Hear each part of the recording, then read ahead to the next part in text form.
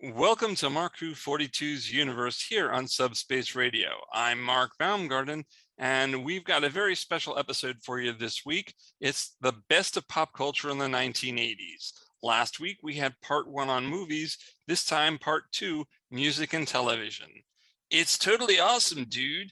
From The Police to Dire Straits and from Family Ties to Star Trek The Next Generation, this episode covers the best of television and music in the most tubular decade ever. So listen in. It will be gnarly. Here's the show. Hey, it's Hilly and Hannah from The Hillywood Show. And you're listening to Mark Who 42.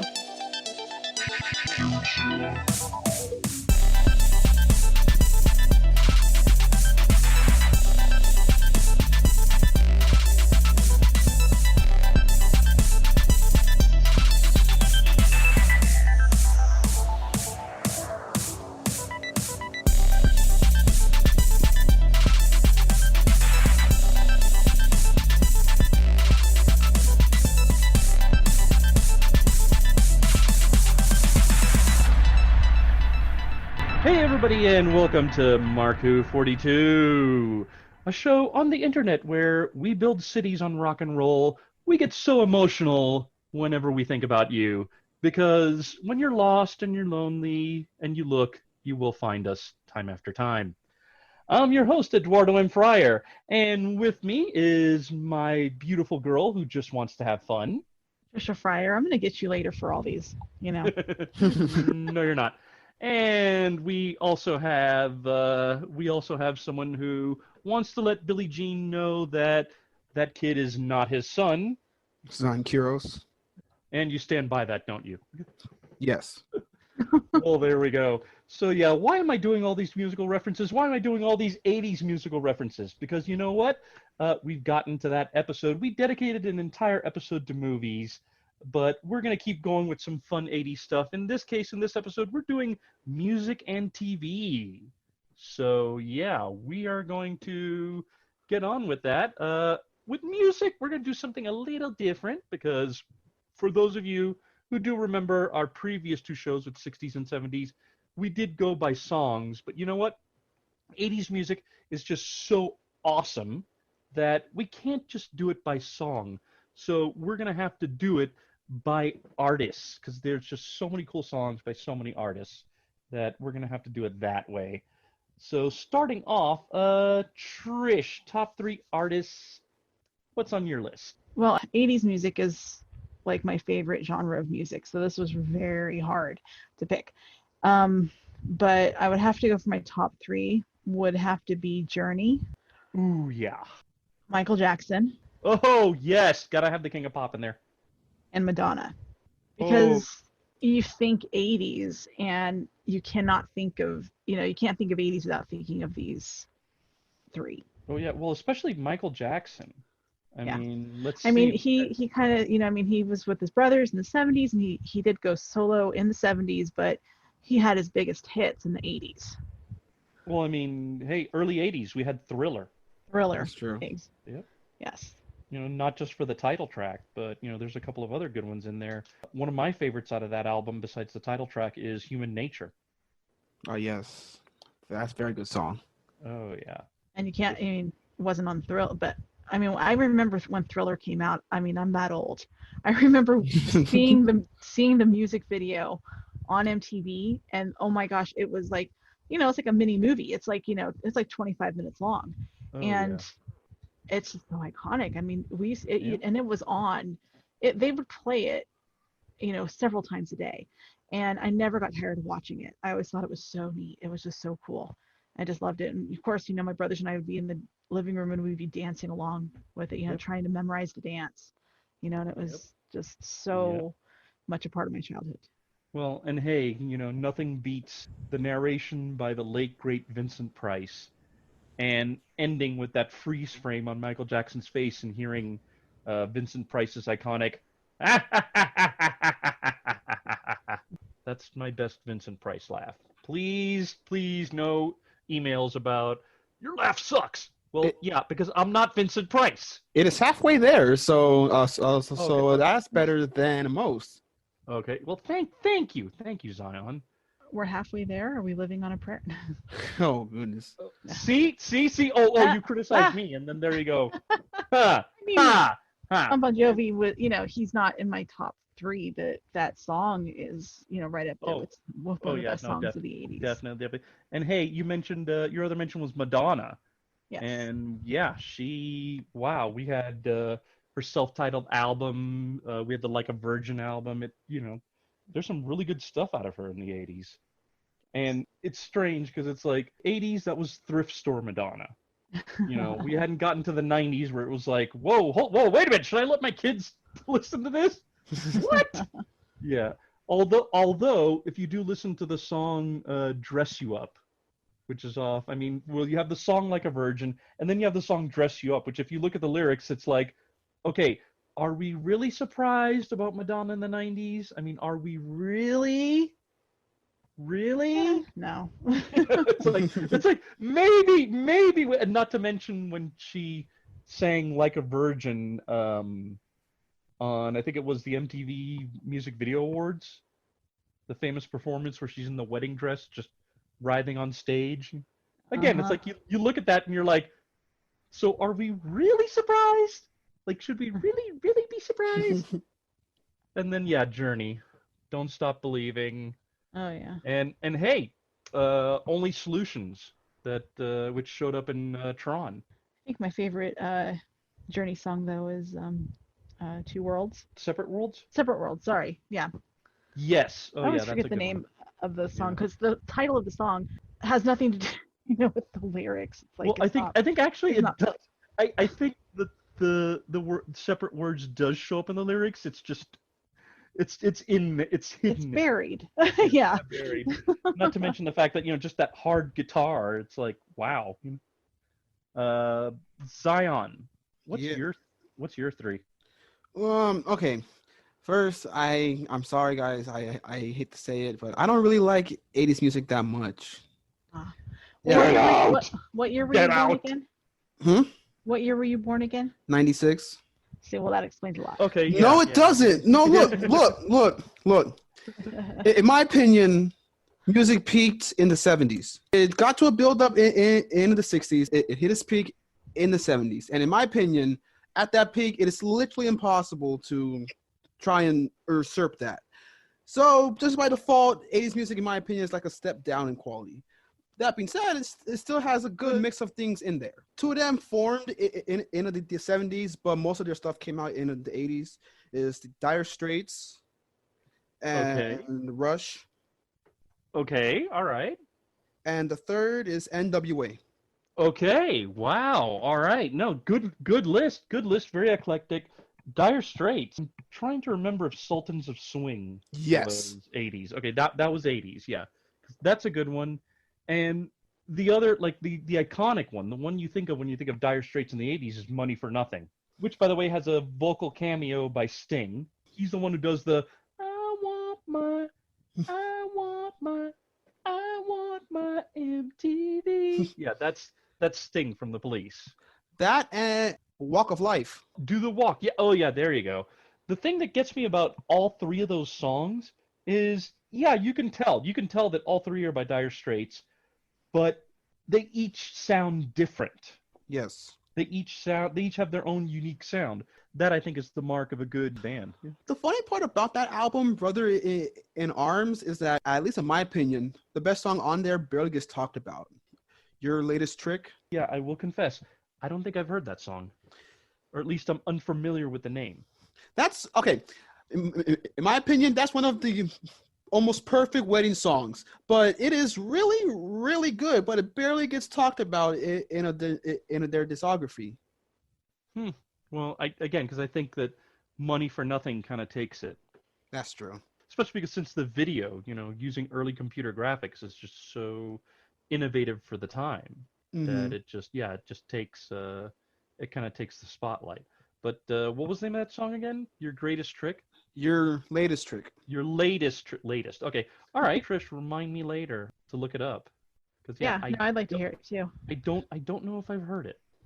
Yeah, I'm really bad with a lot of song titles, and things, but then I hear it and I'm like, oh yeah, I've heard that. And yeah, but I'm really bad when it comes to song titles. Oh, don't worry about it. There's a lot of songs on my iTunes that basically it's like it was iTunes and like YouTube and stuff that actually got me to be like, oh, that's what that song is called. Oh, okay. Or it's when I find out who sang it and I'm like, oh, so and so sang it. Oh, okay. Oh, now I know. Well, I will confess, when I went and saw Bohemian Rhapsody in the movie theater, I didn't know Queen did all of those songs that were in there. I mean, I knew like the basic, Bohemian Rhapsody, We will rock you, things like that. But then when they, sing Crazy Little Thing Called Love, I'm like, Queen sang that? I didn't know that. Yep. See, Or, I was the same way. So wait, after Dire Straits, what was the other one you had? Rush. Any songs in particular that stick out to you? The entire album, Moving Pictures. Okay. Wow. You have Tom Sawyer, you have YYZ, that's just entire album is just it's just a brick wall coming at you at Mach speed. Wow. Okay. The image in my head right now. What about NWA? NWA? Well, I don't think people think NWA when they think 80s. They actually don't. And that's interesting. And I think that entire genre, I think people tend to think more 90s than 80s. Like they tend to forget that it was the 80s when it first came out. Yes, because technically NWA was the first big thing in a gangster rap. So they was kind of like the originators of it, at least on the mainstream side, and then the popularity, at least in that version of rap, grew in the 90s. Because in the 80s, you had things like Beastie Boys, Grandmaster Flash, Run DMC, and whatnot. And they all weren't really I'm talking about violence and stuff in the hood and stuff. While NWA just came out with that. But if I had to choose a song that I can't say it, but it's one that's very relevant in today's times. Okay, yeah, I get the one you're talking about. I get the one you're talking about. It's expressing opinion about a certain institution. Yes. Yeah. I remember being in school and that song came out, and of course it's like I mean, it was private school, but yeah, you could tell that my contemporaries liked the song. The teachers were just like, "What? How dare they?" So no, definitely. Oh geez. But yeah, as far as me, my three, I'm gonna cheat a little because it's actually 5, but since it involves a band and singers associated with the band, I'm just gonna have to cheat because my list, first of all, the Sting and the Police, both the band together and Sting by himself, Genesis and Phil Collins. Ah, yes. And I'm gonna go with Cyndi Lauper as my third choice. Yeah, she was on my list too, but just a little further down. Yeah, no. I mean, all three, you think of them and you think 80s. The Police had some great hits. Every Breath You Take, Invisible Sun, Message in a Bottle, and then Sting himself kind of broke off, did some great work on his own. Hell, one of his songs, actually from this period, Englishman in New York, was used in Doctor Who. It was playing at the beginning of Daleks Take Manhattan. I still remember watching the episode and just hearing that song, and I'm like, it's Sting, Englishman in New York. That same album, the same album that comes from, which is called Nothing Like the Sun, also has a song which I think doesn't get talked about that much. It's called They Dance Alone. And it was Sting kind of giving it to, kind of taking to task the government of Augusto Pinochet in South America.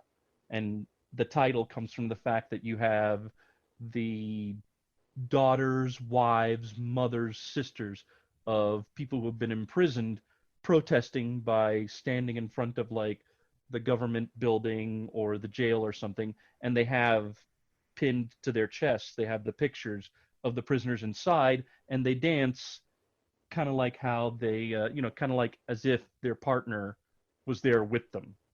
So, it's a great protest song, and I don't think it gets talked about like as much as like some of the others. Um, Phil Collins and Genesis. You have Land of Confusion, which is probably one of the trippiest, weirdest music videos of the 80s Yes, because it is. used a lot of puppetry, and it was poking fun at a lot of a lot of public figures. Like you have uh, Ronald Reagan as like this senile old man in a cowboy hat riding a triceratops. I just remember seeing that music video as a little kid and being weirded out. But it's just such a great song. It's almost right up there with Billy Joel's "We Didn't Start the Fire," as far as an anthem for we're just surrounded by all this like bleeped up stuff, and it's really not us. It's other people who did it, and we're trapped in it. Um, God, what's the other one I'm thinking of? Phil Collins by himself. We had "In the Air Tonight," which is one of those that got it's synonymous with Miami Vice. One of the hit shows of the '80s. Invisible Touch. That's another one that he did with Genesis. Just a lot of great music. I've heard jokes that it's like you look at Phil Collins and you don't expect like someone who had hit music to look like that. That's Like true. he is not a pretty. Phil Collins is a great musician, not a very pretty man by any stretch of the imagination. But somebody said that's the thing. I think that's the thing with '70s and '80s is you didn't have to look like a model in order to, have good music. If it sounds good, you're making money. Yeah, exactly, exactly. Does it sound good? It makes money. It doesn't matter. It does not matter. It doesn't matter if you look like you should be hanging around in an English pub, rather than a fashion runway. And Cyndi Lauper, wow, oh man, I mean, what can you say really? The She's So Unusual album, just great stuff.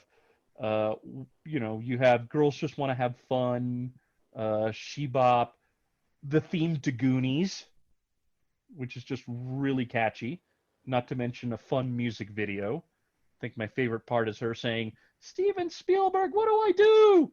And the camera just zooming out to Spielberg watching this in an editing suite and just going, "Well, what you do is, I have no idea."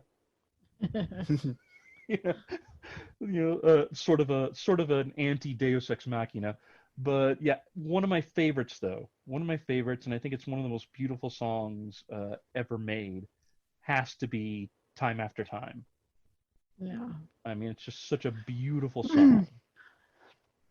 Though, when I hear that song, Mm-hmm. It makes me think of the movie Romeo and Michelle's high school reunion. I know that came out in the '90s, but it always makes me think of that. They dance to that, don't they? They dance Yes. to that, didn't they? Yeah. They do. Yep. Yep. Oh man. But let's see, Trish, do you have any runners up? Oh yeah, too many. But like Cyndi Lauper was my number 4, and but then it's just like really songs, because like I I have a hard time with getting into different artists, because I just don't. I'll hear a song and Yeah. just like it, and it's just like, oh, I don't identify it as, oh, this is this song by this person. It's just like, oh, I like that song, like. Yeah.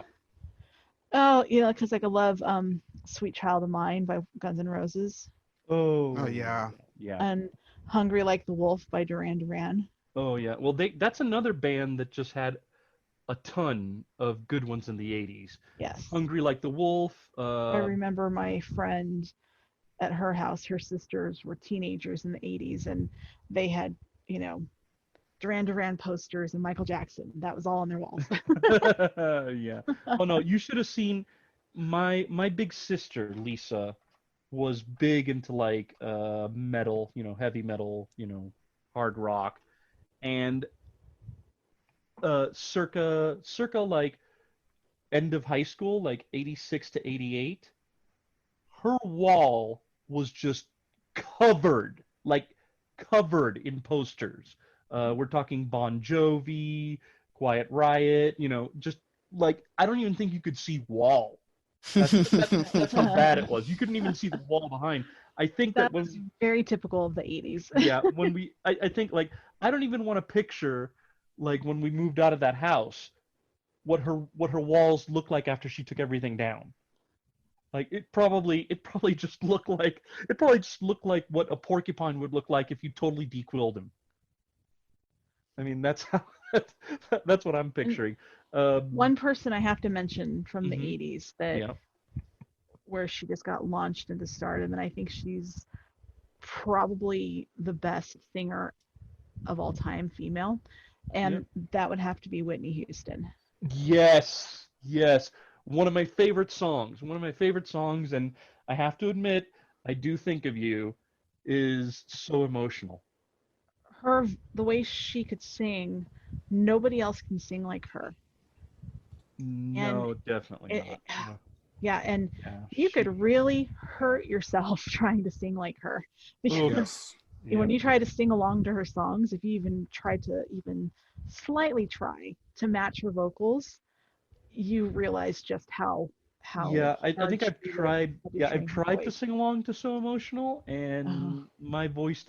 I don't even know how high I get before my voice just cracks, I could tell my vocal cords and my diaphragm and everything are just saying, "Dude, no, no, don't even.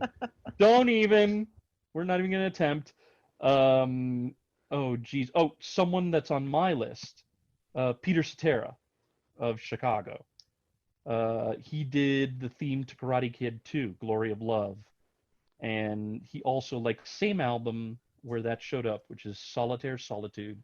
The other one that's in there that I just find, it's another one of these beautiful songs, is Next Time I Fall, which is just a beautiful love song.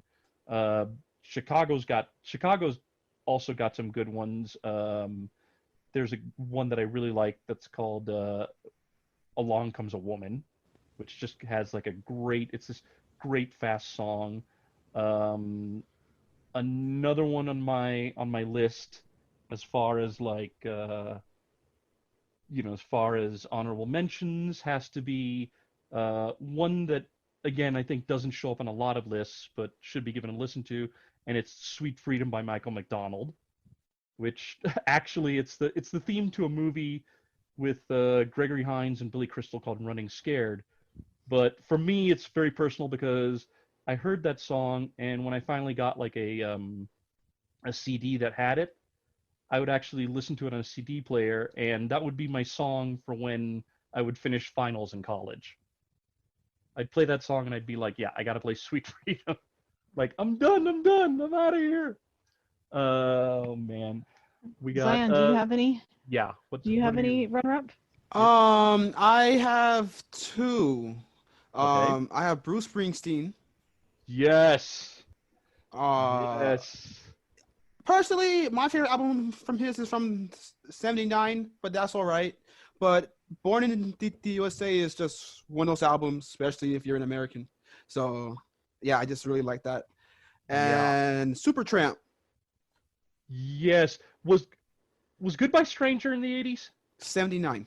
79. Ah, so it's right there, right on It's the right border. there. But if you want to count it, it was on the boards as like one of the top selling albums in 1980.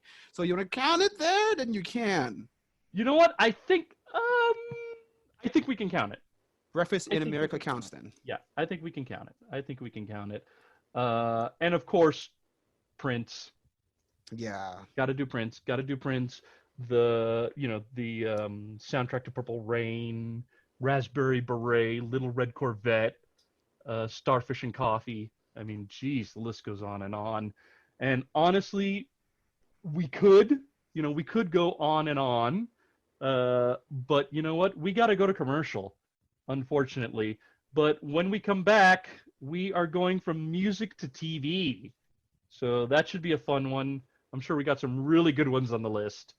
So yeah, take a second and go grab yourself a snack, and we'll be right back.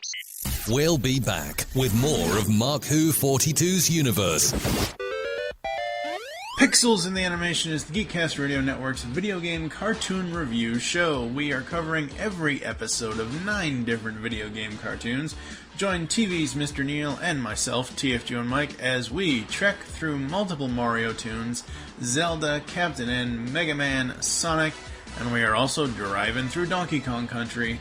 Pixels in the Animation is 100 episodes of video game cartoon goodness, so tune in to help us find the Pixels in the Animation, which you can find every Wednesday on iTunes and www.geekcastradio.com. You are listening to Mark Who 42's universe. Hey, good evening, everybody, and welcome back to NBC.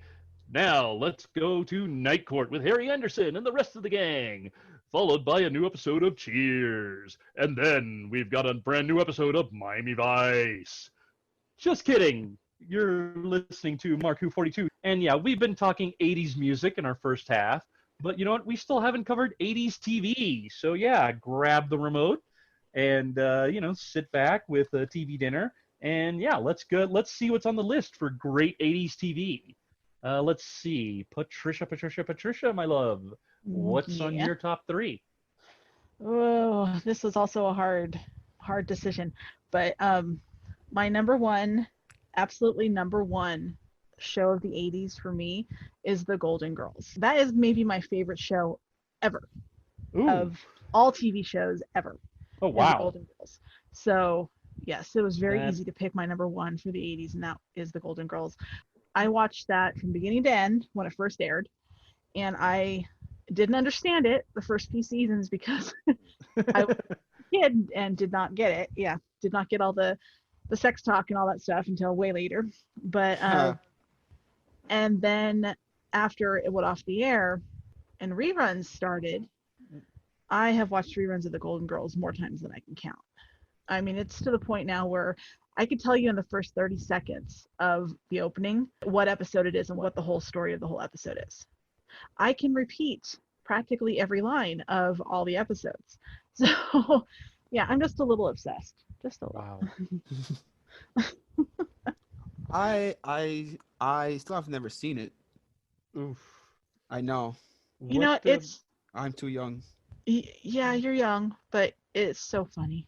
Yeah. Well, if you're open to it and just remember it was made in the 80s. Oh yeah, of course. You might like it. It's hard to tell. What's crazier though is that I remember as a kid and even in my 20s I used to think, wow, these ladies are so old. And now that I'm in my 40s, I'm like, oh no, I'm starting to identify with these ladies. Well, and not to mention that they were actually more like 50s, weren't they? Like, yeah, they were in their 50s, supposed to be 60s? In their early 50s, but I think Betty White was in her. She was either late 50s or early 60s when they started, and I think most of them were in their late 50s, early 60s when they started. And except for Rue McClanahan, I know she was in her early 50s. So what's choice number 2? Choice number 2 is one that started in the 80s that bled over into the 90s. And it was mostly, but it was popular right from the start. And that was Roseanne. I loved that show so much. I mean, I love that one almost as much as I love Golden Girls. Ooh. Except for the last couple seasons. It kind of lost it the last few seasons. Yeah. I still watch it. I will still watch it all the way through, watch even the later episodes. But it was the first 5 seasons were just awesome. They were just gold. And it was nice to finally see a working class family on TV that did not have a perfect looking house, that had the same struggles that a lot of people in the country have. And they weren't afraid to tackle tough topics either. And it's just funny because the third one on my list is The Cosby Show, which I know is very controversial now because of, Bill Cosby. Real life, real life, all that stuff. But the show itself was a great show. Yes, it was. Yeah, and it was a juggernaut. But there was a time where it was the show to beat. Yes. It basically just that was Thursdays. Must see TV. Started with with the Cosby Show. People Yep. would plan their entire, schedule around being home on Thursday nights to watch the Cosby Show. Oh, wow. I think Because, actually that's no DVR, and a lot Yeah. of people didn't have VCRs, and if they did, they didn't have a way to set it up to record it. Yep. So I mean, That makes sense. you had to plan your time around television. I know Yeah. it seems very weird right now. And I think actually the fact that the wholesomeness of the show, the kind of like just very family friendly viewing of the show, is I think that's part of the reason why there's the controversy nowadays, because to look at that and then just think about real life, it's just such a shock that it's I think I can understand. That's kind of how I feel a lot. It's the fact that it's just supposed to be this big wholesome image, and then and then the person behind it, the stuff just comes out, and it's like, wow. I mean, you go back, even before the Cosby Show, and it's the Jeffersons that really broke the ground for Black people on television. It was, didn't see just Black people as domestics that were serving the white guy.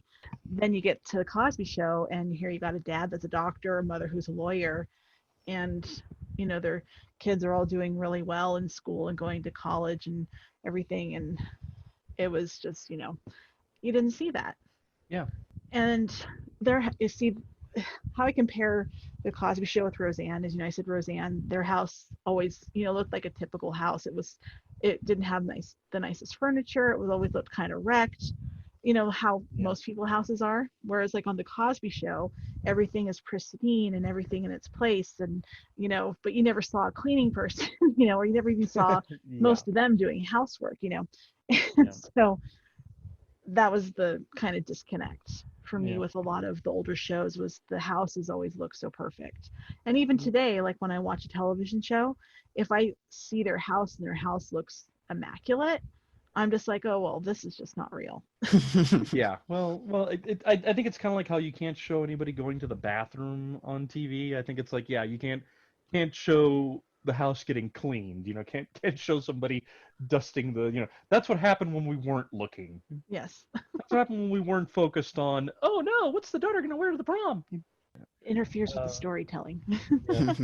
Zion, what's your top three? Okay, my number one is Mobile Suit Zeta Gundam. Ooh, okay, yeah. See, like, when the 80s kids in America was messing around with Transformers and Robotech, the kids in Japan was actually dealing with the actual horrors of war, tightly packed into a robot show set in space. Well, hey, you kind of mentioned Robotech just now. Robotech was kind of above standard fare when it translated and came to American TV, but yeah, I do get what you're saying, that in Japan it was like, hey, giant robot show that we're gonna show you the horrors of war. Yeah, and also it's real intricate with its storytelling. Like compared to the original Gundam, it was very clear who was the good guys and the bad guys. Like it was essentially space World War II. The Earth Federation is the Allies and Zeon is the Nazis. Yeah. But now you move to Zeta Gundam, and that line starts getting blurred, and both sides have hypocritical and corruption views in it, while both sides still make sense of why they're fighting for their ideals. Yeah. And along with how Mobile Suit Gundam tried to show that war affects the common human more than you think, Zeta Gundam takes it a step further and says, in war there is no winners. All the way till the last episode where the main character literally loses his mind. Yeah. My question is, though, watching Zeta Gundam, were you like myself and a few other fans that kind of had to laugh at the unintentional humor of whenever anybody goes up to Quattro and is like, oh, hey, Zex, like, or, hey, hey, Char. It's like, what? Who's this Char person? Yes. My name is Quattro. It's like, yeah, whatever you say, Zex. Who's this? This Zex person sounds like a cool dude. I'd love to meet him, but yeah, no, my name is Quattro. It's like, okay. And then, of course, when it finally gets revealed, it's like, could probably just imagine the entire cast like, hey, who saw that coming? Like everybody's hand is raised. Exactly. What's number 2 for you? Number 2 would have to be Transformers. Okay. All right. I absolutely love Transformers, but the weird part is that I wasn't really keen on the original series, maybe because I'm from the 2000s. But overall, the thing that really sticks me with Transformers is characters, like the vibrance of his characters and the amazing voice acting that's in this show. It just had me coming back and more for more and more. Yep, definitely. Hey, you got iconic voices there. Peter Cullen's Optimus Prime, Frank Welker's Megatron, Chris Latta's Starscream. You know, you look at that and it's like anybody who's come after in a Transformers show has to, they have to do it in the shadow of those 3. Yeah, so much so that the voice actors that aren't them are intentionally trying to copy them, which is something that's still going on right now, hilariously enough. Yeah, you listen, there's a new show called War for Cybertron that's coming out on Netflix. And, the guy voicing Optimus Prime is trying to be Peter Cullen. The one voicing Megatron is trying to sound like Megatron. Because once they've established that, it's pretty hard not to. What's number 3? Number 3 is Knight Rider. Yeah. One of those action adventure shows that just screams 80s. Guy in a talking car. That beautiful car. Oh, yeah. That is one thing about it that always stuck with me, is that I never was really into cars, but I knew I wanted that car. It was either that or the Mach 5, and I knew that I was never going to get the Mach 5. So yeah, no. Well, even if you did get the Mach 5, how do you drive it on the street? Exactly. That just sounds like even if you're going the speed limit, you're driving the Mach 5. Every cop you pass by is going to automatically pull the speed gun out and go, no way is this guy doing 30 on a 30. Exactly. Like, no way. This is a lie. This is a lie. Yeah. Not to mention, one of the most iconic theme songs of the 80s has to be the Knight Rider theme. Oh, yes. Complete with the narration.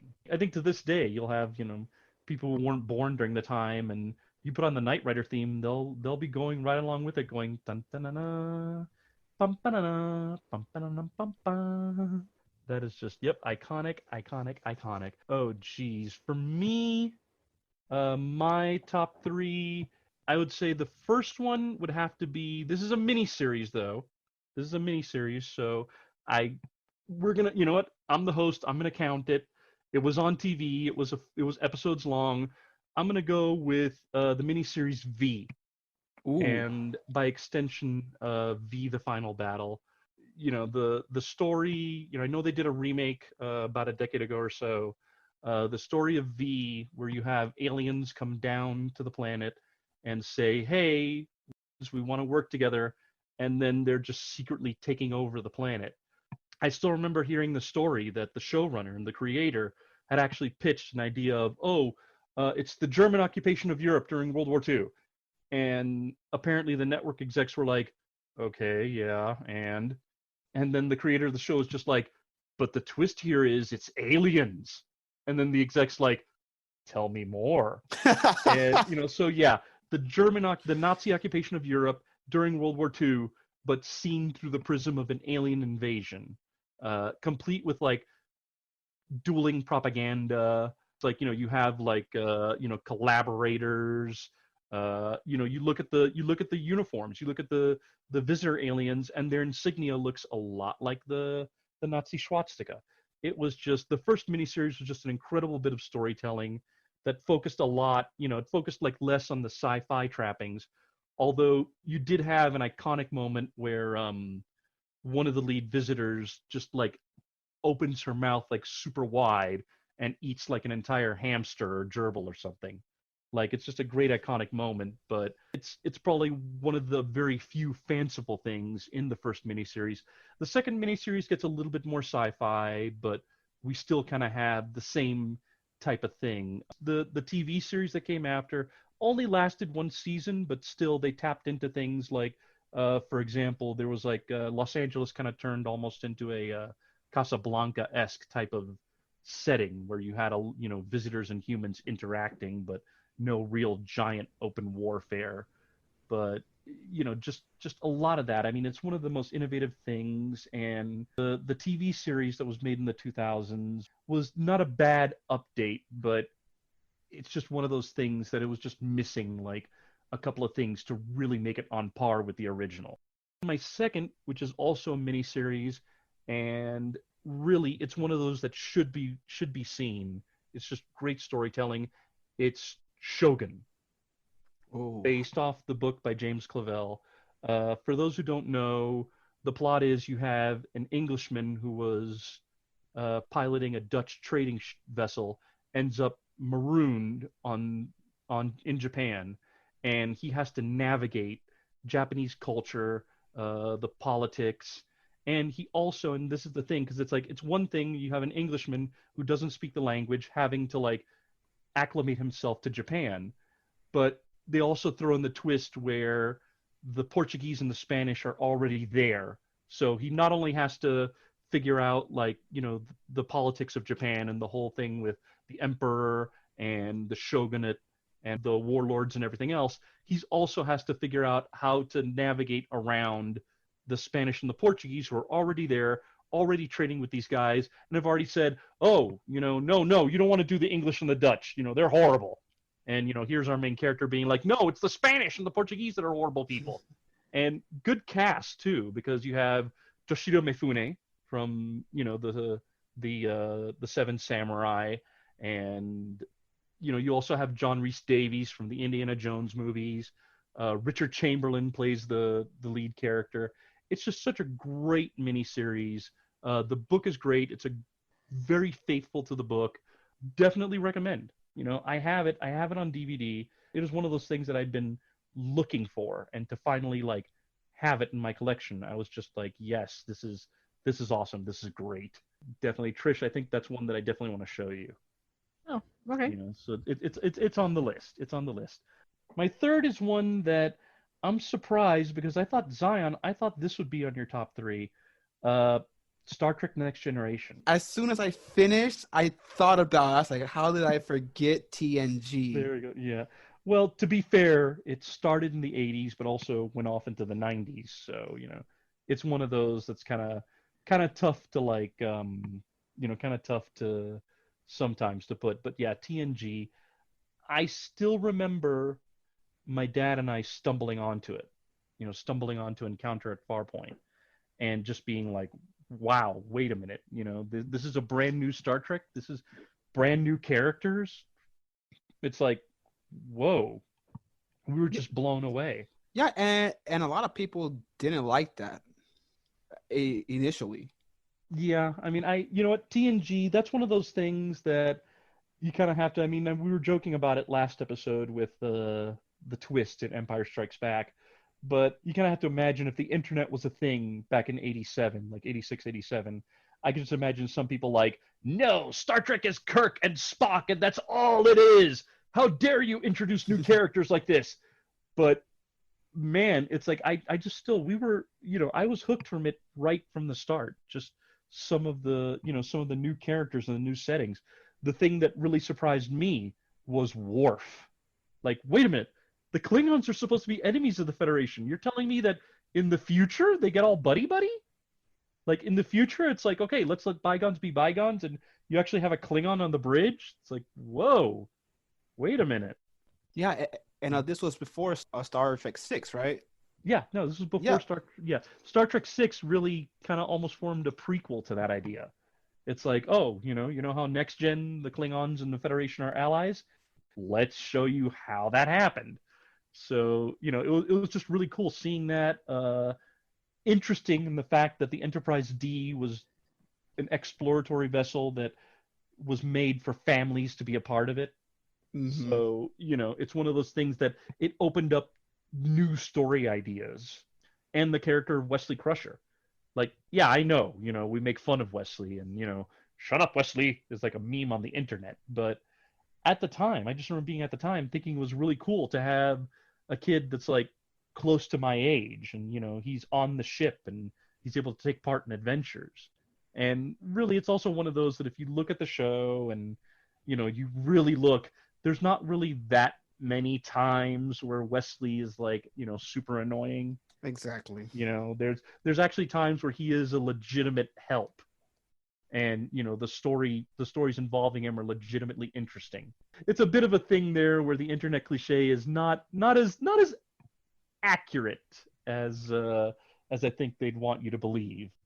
Probably one of the coolest scenes from the pilot Encounter at Farpoint has to be the cameo by DeForest Kelley as a very aged Admiral McCoy. Especially like once DeForest Kelley passed away, that scene just took on like a whole new meaning. That was like a whole new level. In many ways, I kind of feel like that scene with DeForest Kelley is kind of the Star Trek equivalent to the curator scene in Day of the Doctor. Sort of a great little passing of the torch moment, and just this very beautiful, very like, Yes, that really makes sense. Great scene, yeah. And I gotta say, McCoy's last lines just stick with me. Where he's telling Data, "This is a new ship, but she's got a great name. Now you remember that. You treat her like a lady, and she'll always bring you home." I mean, just beautiful. Like, hey, you know what? God rest you, DeForest Kelley. That was just perfect. Oh wow. Okay, so okay, Trish, give us some. I gotta blow my nose a second. What's a runner-up? Runner-ups. I got a lot of runner-ups. Family Ties. Because that was where I got introduced to Michael J. Fox, who was my first crush. And but also tied with Growing Pains, because Kirk Cameron was also one of my first crushes. Watched those shows religiously, loved both of those. Got to give a shout out to Cheers. Cheers started in 82 and it ran all the way to 93. It was on for 11 years. Yep. And by the way, another one with iconic theme song. Absolutely. And we're actually in the middle of rewatching Cheers, because I realized that because it came out in 1982 and I was only 4 years old, I don't remember the first few seasons, and, nor would I have gotten anything that was going on in those. So I saw that it was on Netflix, and it's like, I'm going to rewatch these. We got time during quarantine. So I'll have to say this, though, is that the first few seasons, some of them are good, but I do not like Shelley Long's character, Diane. I'm really glad they eventually got rid of that character, because it was weighing the whole show down. And I don't remember really watching Cheers as a kid until after she had left, or maybe I came in like right before she left. I didn't realize she'd was on that for 5 seasons. That's just crazy. Yep. But then they brought in Kirstie Alley, and it's so much better. It's like now the show's like an ensemble show instead of just focusing on Sam and Diane. My other honorable mentions, Magnum PI, that is iconic of the 80s. Who's the Boss? Yes. Loved watching that. Full House, that started in the 80s, went through the 90s. Yes. That was such a nice, wholesome family show. And then another one that started in the 80s and went to the 90s, and that was Quantum Leap. Yeah, because like the TV movie, I think, was 88, 89. Yeah, I think it was right in there. Yeah. Yep. Good theme song. And it was such an interesting idea to have someone travel back in time and try to change things. And yeah, it was just a nice little bit of sci-fi there. But that's all I have. I mean, I'm sure there's other things, but yeah. Yeah. Zion, any honorable mentions, runners up? I have 3. Okay. Dragon Ball. Okay. That started that didn't come to our shores until the 90s, but yeah, it started in the 80s. Yes, it is too iconic and too what's the word? Influential to there you go. To just leave out. The second is also a influential and iconic anime, Fist of the North Star. But yeah, not Not quite for the kiddies. Oh no, No, not at the all. fact that, the fact that you have his, the main character's killer move, and it's like, boring holes into the chest and going, "You're already dead." Yeah, I don't think I could see kids eating cereal on Saturday mornings and watching that. At least not with parental approval. Oh yeah, of course. But even then, like you have people's heads getting lopped off and people's bodies exploding in every episode.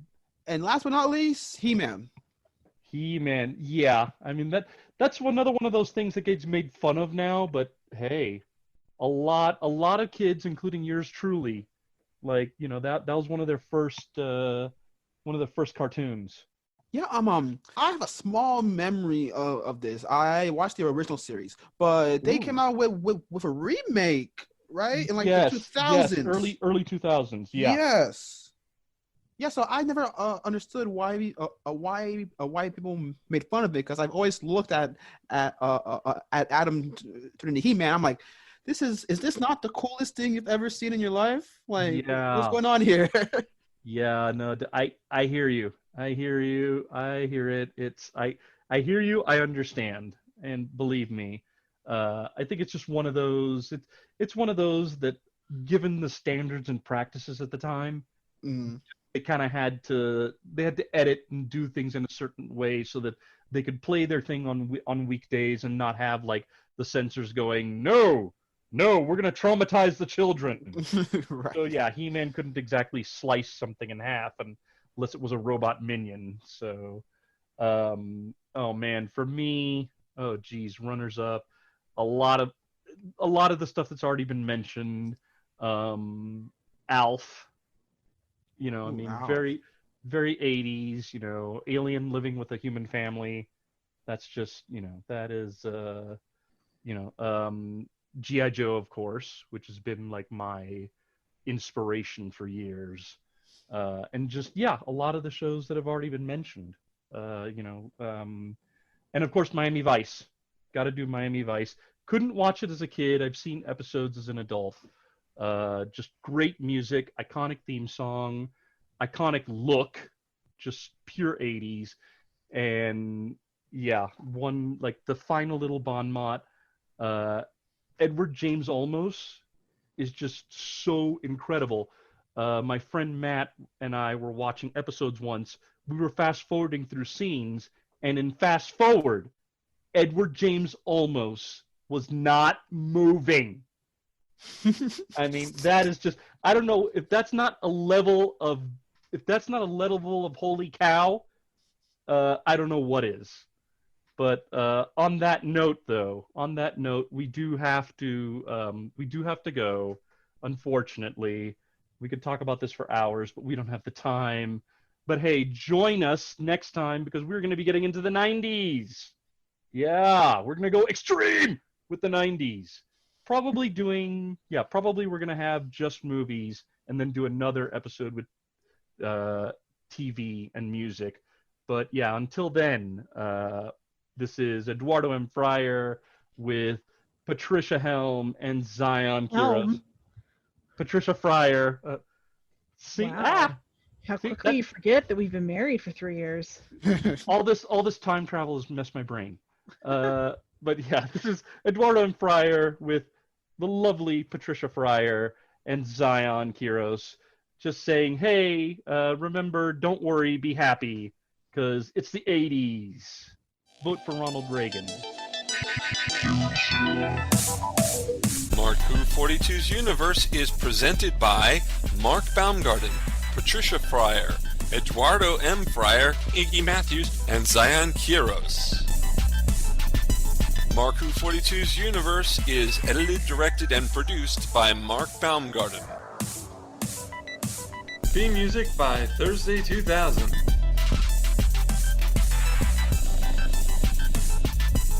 Mark Who 42's Universe, copyright 2020.